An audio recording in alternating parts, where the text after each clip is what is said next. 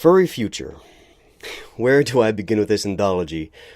I've been reading it for so long, and I've been trying to write a review for weeks, but I just haven't been able to nail down exactly what I want to say, because there is a lot that I do want to say. Furry Future brings up many discussion points, such as philosophy, literature, social equality, furry-centric ideas and beliefs, things that have less to do with the stories themselves and more to do with the context in which they're written and they're presented.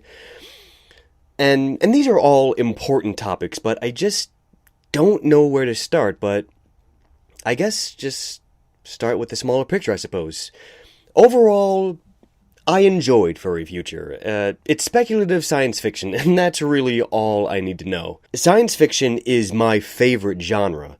It's kind of hard to fuck it up unless you don't know what you're doing, and in which case it's more science fantasy. Most of the stories I found kind of boring in their setup because when you think of furry science fiction, the first thing that goes to people's minds is genetically engineered. That, or splicing human genes to turn them into human hybrids. Either way, if you've been a part of the furry fandom for any length of time, you will know that the genetically engineered human splicing trope is the most overdone plot device to ever be conceived. It's gotten unoriginal, and everything that can be thought of has already been done 50 times over with every possible variation on those, so it's understandable that it's hard to tread new ground with that kind of subject material. And some of the most boring stories that I found were because they focused too much on the genetically engineered or spliced hybrid angle. The ones that use that as a central driving force of the conflict. I preferred the stories more where that trope is brought up as an element of the story, but the characters' conflicts were completely unrelated to that. But I mean, even then, I still found myself enjoying these stories, because they were still competently written and compelling enough to keep me interested in reading them. And as for the stories that broke the mold, they really shine in this anthology. Like Vivian by Brian Fair, by far the most original concept I've ever read in furry literature. The furry characters exist as these AI constructs in this virtual world. And the cool thing about this story is how it touches on the logistic side of it, like how these AIs weren't just programmed, they had to be developed, starting from like a child's brain in terms of intelligence. And they interact with the human characters through this sort of interactive holographic screen. It's hard to describe, but it's a really fascinating story that I had a lot of fun with, something that I never would have thought of. The Analog Cat by Alice Dryden is also worth mentioning for being the first furry story I've read that was told primarily in second person, and to do it successfully, where the reader is put in the role of the main character. I'm typically not one for second person stories, but Alice made it work. The story really surprised me and had me hooked as soon as I started reading it. Hachimoto by Dr. Samuel Conway is another good one. This story is a good example of how the genetically engineered trope is brought up as an element, but it's not the direct source of the conflict. Hachimoto is something that I would define as slice of life. There's not really much of a conflict, it just shows the main character going through a typical day for them. But what makes this story interesting is the story's focus on language and how the structure of a canine's muzzle doesn't lend itself to speaking as clearly as a human would. Something that not many furries would think of, or probably even consider to be an issue, but I applaud Uncle Kage for dreaming of a what-if scenario regardless. Trinka and the Robot by Ocean Tigrox is a story I enjoyed, because the origins of the furry characters is left vague. But the author all but suggests that the ferrets in this story are naturally evolved, and I prefer that interpretation because it's cool to think that animals could naturally evolve to human-like intelligence. But some of the best stories are held off into the very back end of this anthology, those being Lunar Cavity by Mary Loud, The Darkness of Dead Stars by Dwayne, Evolver by Ronald Klemp, Thebe and the Angry Red Eye by David Hopkins, but especially The Curators by T.S. McNally. I'll get to that in a bit. All of these stories I particularly enjoyed, mostly because they really doubled down on what was supposed to be the sci-fi and speculative future aspect of this anthology, something that it promoted itself on being. The rest of the stories here never really captured that spirit, I think. I felt they were more personal wish fulfillments and fantasies, much more than anything else. These later stories, however, were more harsh towards their protagonists. The struggles and the conflicts in these later stories felt more tangible than those in the rest of this anthology. Don't think it's by coincidence that all of these stories involve space travel to some extent. Because much like space travel, these stories were dangerous and unforgiving to their lead characters. They felt more fulfilling than what the preceding stories ever accomplished. These 5 stories alone make Furry Future worth reading, in my opinion. And while I didn't enjoy the rest of the anthology as much, I still found some enjoyment in reading them. As for the more glaring issues I have with Furry Future, it's more to do with the editor in charge, Fred Patton.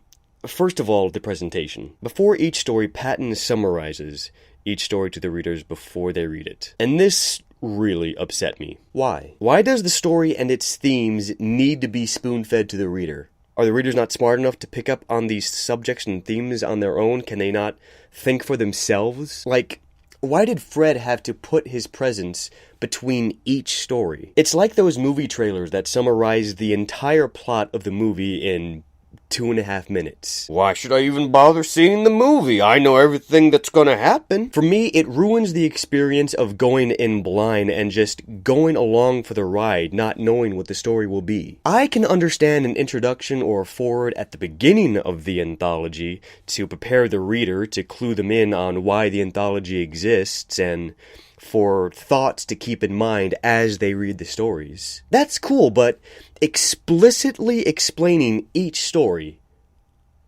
This is by far what I dislike the most about Furry Future. Fred Patton's constant inserting himself. It's like he was making the anthology less about the stories and their themes and more about himself and his opinions. And speaking of opinions, we're about to get into some controversial subject, boys and girls.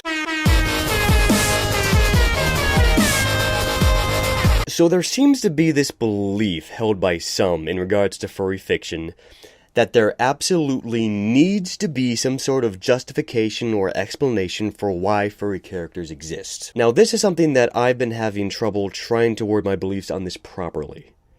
It's mainly why it's taken so long to get this review out. Personally, I don't need an explanation for why a furry exists in a certain story, especially within the furry fandom. In this community, the existence of a furry character somewhere is inherently to be expected. We don't necessarily question it, but for some, if there's no explanation and these furry characters just exist as human analogies in animal costumes, they can be referred to as zipperbacks, which sounds a bit derogatory if you ask me. And Fred Patton agrees that this is a controversial subject. I know I harped on about it, but Patton does bring up a good point in his introduction to The Curators by T.S. McNally, about why furry characters exist in a given story. McNally tells the reader, does there need to be a reason for blank? No. But is there one? The Curators is the most important story for this one small part. For the purpose of this review, we'll replace for blank with furry characters to exist.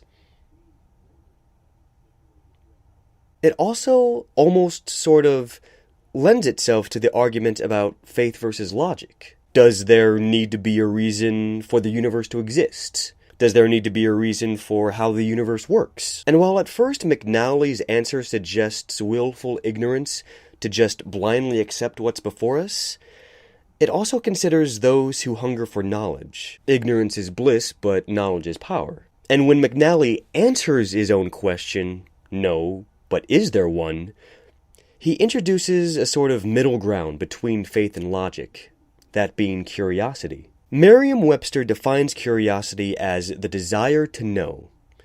It's not necessarily needing to know, but wanting to know. To pursue knowledge, but not quite attain it. To be content with ignorance after pursuing knowledge. As Albert Einstein once said, the important thing is to not stop questioning. Curiosity has its own reason for existence. One cannot help but be in awe when he contemplates the mysteries of eternity, of life, of the marvelous structure of reality. It is enough if one tries merely to comprehend a little of this mystery each day. I think what McNally was attempting to accomplish with his story is to tell the reader that there doesn't need to be a reason for a furry character to exist.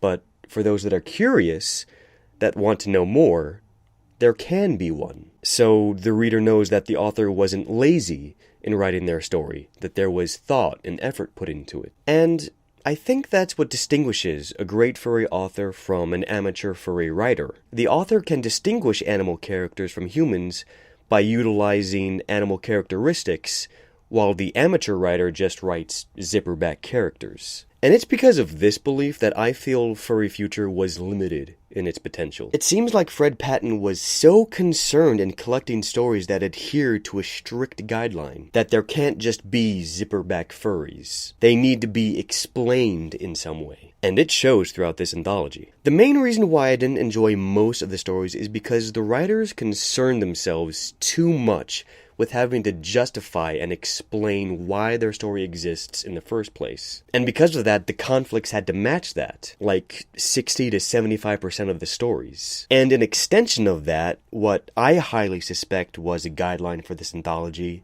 was that the stories had to relate to racism or prejudice in some way. Now, don't get me wrong, racism is a very important subject to discuss, especially in literature. But with this anthology, when almost every story ends with the same message, racism is really bad, it feels like the anthology is beating you up over the head with it. Just the same message over and over. Feel bad for yourself, cis-male scum! You may not have personally done anything, but your mere existence perpetuates oppression!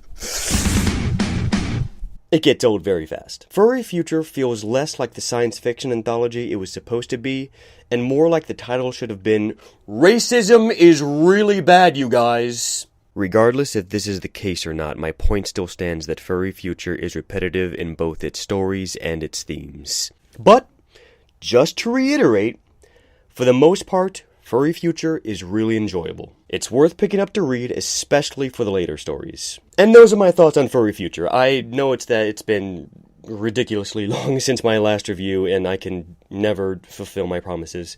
But this year, I'm going to try to change gears by reviewing comics, so hopefully things will go by a bit faster. So be sure to subscribe for my next review on Dreamkeepers, Volume 4.